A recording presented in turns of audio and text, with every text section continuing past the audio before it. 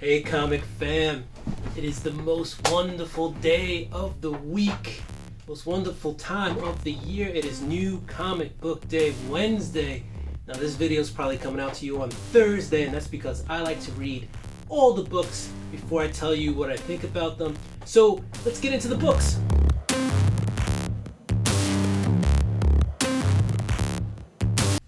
Welcome back. Alright, so let's get right into those books.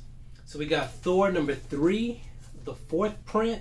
It's one of those sideways covers. You got Beta Ray, you got Thor. Beta Ray's holding Mjolnir. Thor's hammer always gets me. And he has Stormbreaker. He's got Beta Ray's hammer, and he's just crushing that right on top of Mjolnir. Right on top of it. Right on top of that hammer. So that was a cover pickup. I already got Thor number 3, the first print. But that was some dope interior art, and so I decided to get the cover of it. So now we got Star Wars Bounty Hunter. We got the 3rd print cover. It's just a dope cover. It's the same cover, just the 3rd print. A little less color in there.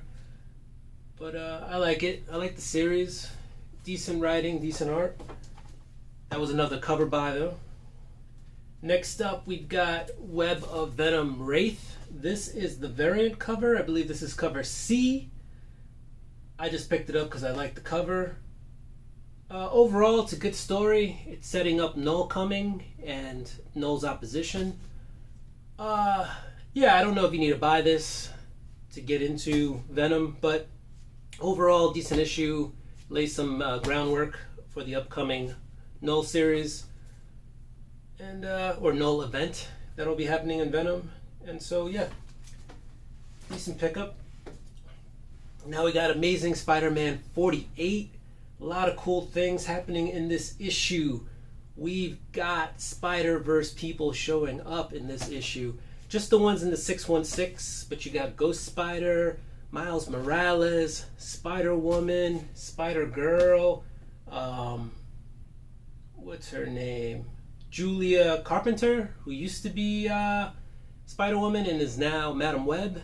So lots of interesting characters in here. We still got Sin Eater in there. You got Norman Osborn in there. Spider-Man is troubled. That's why he's in the straitjacket. He's got a lot of internal problems going on with him. Mark Bagley cover and Mark Bagley interior. So it's awesome to see all those Spider-Man characters and you get Bagley drawing them. Just brings me back to the 90s and all sorts of goodness, Spider-Man goodness. So yeah, I like where this is going. This is obviously leading up to Spider-Man 850, which will be a big issue. This is 48, but in the Legacy it is 849. So I'm digging it. And there is a B cover that also has Mark Bagley doing the art. So Bagley has been very busy with Amazing Spider-Man. Next up, we've got Captain Marvel 21. I like what they're doing with Captain Marvel when she finds her sister, L'Oreal. It's a really, really good series. If you're not reading it, you should. This is the Jenny Frison cover. I believe this is the B cover. So I got that because just look at that. Look at that beautiful art. I love this. And we have a new accuser in this book. I won't ruin it. I won't tell you who it is. But if you've been reading this, you probably will know who the next accuser is. So Captain Marvel is going to lose the accuser title in this book. But we do have a new accuser in this one. Probably worth a pickup if you're a spec person. That'll be a minor key. Next up, we got Marauders number 12, and Kitty Pryde is bananas. I like what they're doing with this character. The Red Queen is back, and she is planning for vengeance. I don't know if you can see her knuckles. It says Kill Shaw, and let me tell you what, this is literally in the book. You will see this happen in the book. So Marauders 12, still my favorite X title. It's the only one on my pull. Definitely worth a read. Alright, we're switching off of Marvel. We're going right into DC. Marvel had some real bangers this week. Let's see what DC has. We've got Batman, The Adventure Continues, 2nd print, number 1. It's just pretty dope, the color on this one. So I bought that. Next up, we've got Batman 90, the third print, I believe. This is, the third print. I got this because I just like the pencil and the ink work, no color. So this was another cover buy.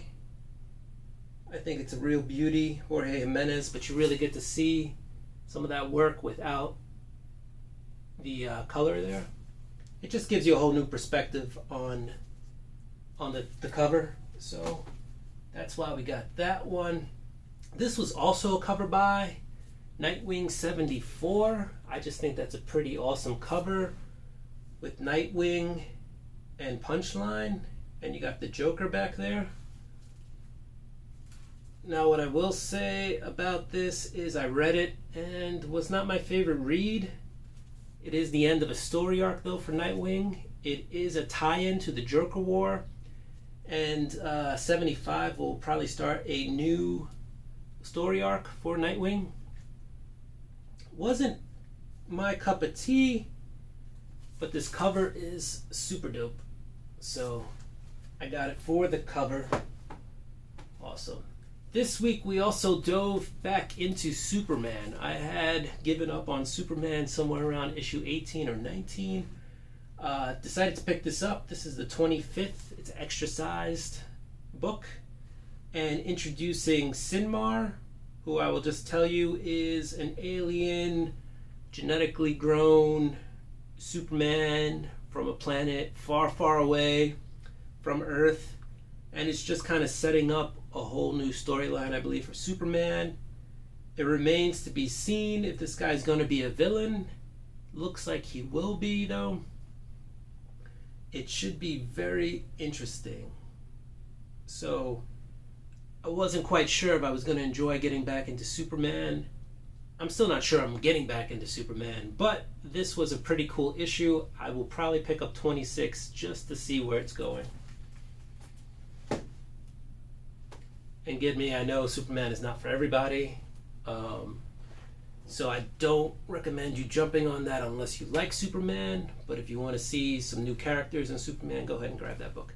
Next up, we've got Wonder Woman 762. Tamaki is doing a great job writing this book. I've been on it since she started, and it is an awesome book. I will tell you, we have the first full appearance of a character called Liar Liar in this book, so it's kind of considered a key or a minor key. But what Tamaki is doing with Wonder Woman is excellent. So if you like Wonder Woman, or even if you didn't like Wonder Woman but you're looking for a way to like Wonder Woman, I highly, highly recommend jumping on Wonder Woman before this storyline gets too far away. I believe it started in 760 or 759. But Tamaki's been on there since then, and it is killing it. Wonder Woman is killing it. Tamaki is killing it. All right, next up, we've got Dark Knight's Death Metal Trinity Crisis by Snyder and Francis Manapul. Good story. Fits into the story arc. I'm pretty sure between 3 and 4 of Death Metal, you need to read this to kind of understand what's happening. I'm not sure. 4 hasn't come out yet, so we haven't read it. But it seems like there's some important material in this. So if you're really reading the Death Metal series, you might want to pick this one up. Other than that, story was interesting. Art's cool. Some decent stuff happening in here. A lot of, if you're a spec person, a lot of first appearances in this book. Or cameo appearances. So it may be worth a pickup. Overall, I liked it. I wouldn't tell you to run out and grab it, but I liked it. All right, so now we're moving into the indies, and from Dark Horse, we have Cyberpunk 2077. This is a pretty awesome read. It throws us right into the world. Cullen Bunn is throwing us right into the world. Miguel Valderrama has given us some really great work, some really great artwork. I really dig this story. It's about an EMT extraction team. So there's there's a lot of gunfighting in this. So some of the extraction team are obviously military trained, and basically somebody who gets hurt and needs to get extracted for medical attention calls in this team. They go in guns blazing. The medics go in, save them, work on them. It's almost like operating on them in a war zone. They get them out of there, get them to the hospital, get them all healed. Like I said, this throws us right into the mix. We are thrown into the main character, Nadia, who is undergoing an evaluation after her whole team has been wiped out. The whole rest of her medical unit has been wiped out. She is cleared or cleared to return back to work, cleared for action, and she goes back to work, and boy does this issue end on a cliffhanger, like a major cliffhanger. What you get from page 1 to the last page is all interesting. It will keep you in there, pulled in, and like I said, that cliffhanger, I'm definitely getting number 2.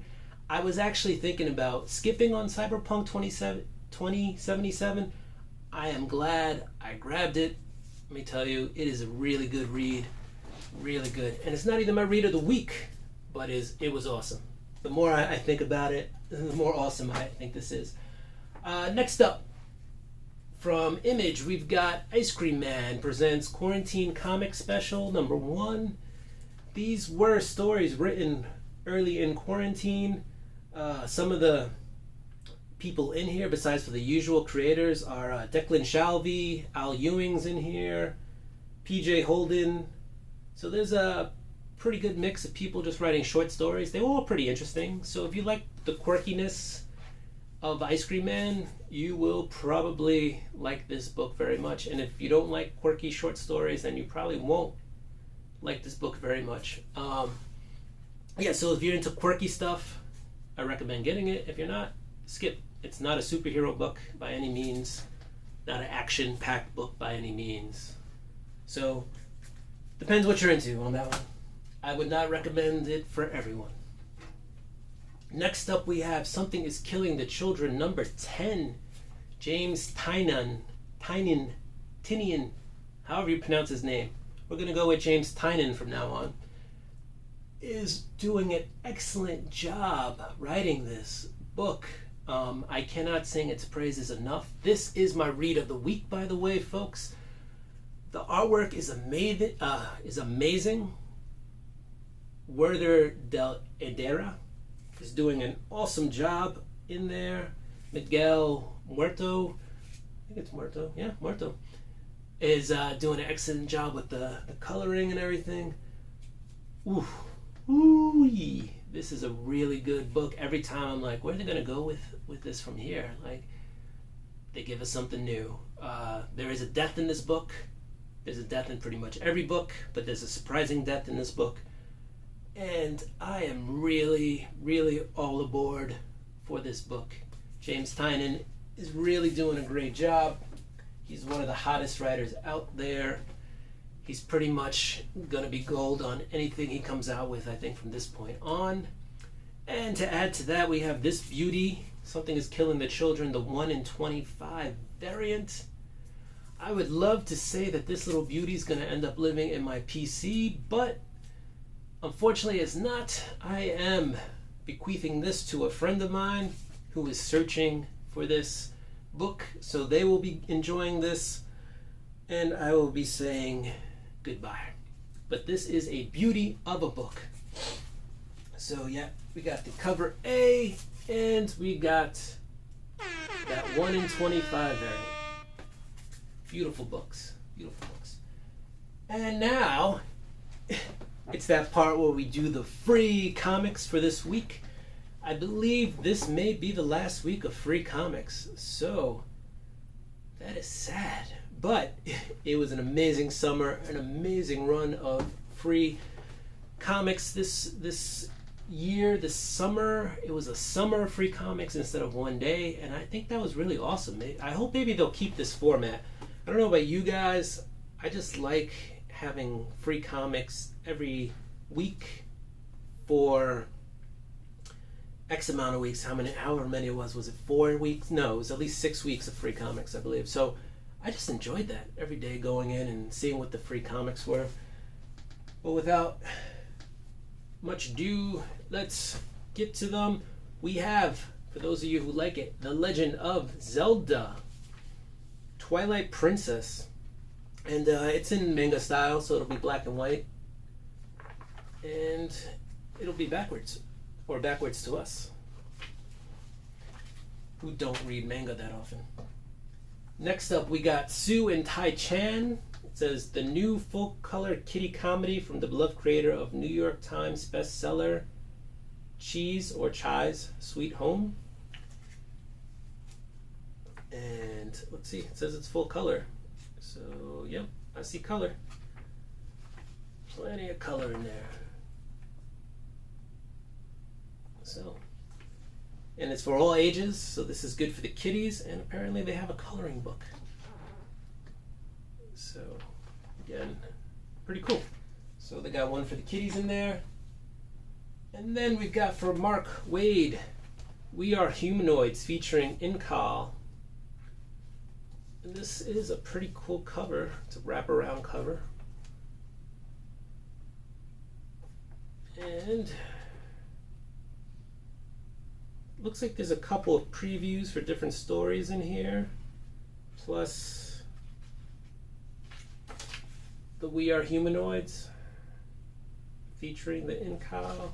So, yeah, a couple CDC preview counts, and then there's another preview I saw. There's a couple of them. We'll just skip to one more so you guys know I'm not BSing ya. Here we go. Preview Swine. So a couple of different previews in there. Pretty cool looking characters. So that was it. There was only 3 free comic books for this week. But thank you for joining me on this week's pickups. I am so happy to share with you. Let me know what you thought about free comic book week. The summer of free comic books. Instead of just free comic book day, it was free comic book summer. Do you think it should keep going all over the whole summer, or do you think it should just be one day out of the year? I personally enjoyed the whole summer instead of just one day. It was really cool. I felt like every week was like Christmas. I don't know, not that great, but it felt different. It felt great. It felt really like we were getting our bang for our buck, even though they're free comics. But it just felt like they were trying, and I really did enjoy it. So anyway, again, thank you for joining me. If there's any books I missed, let me know. If there's any books in there that you thought were really awesome, let me know. If there's any books in there that you thought, yeah, I should not bother with the purchase, you let me know. Don't forget to subscribe, like, hit the share button, hit that notification bell. Guys, do what you do. I'm gonna do what I do. Peace.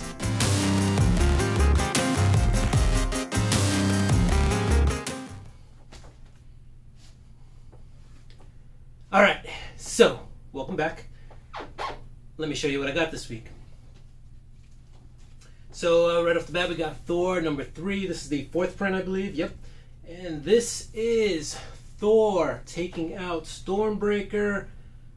But as you see here, with Mjolnir,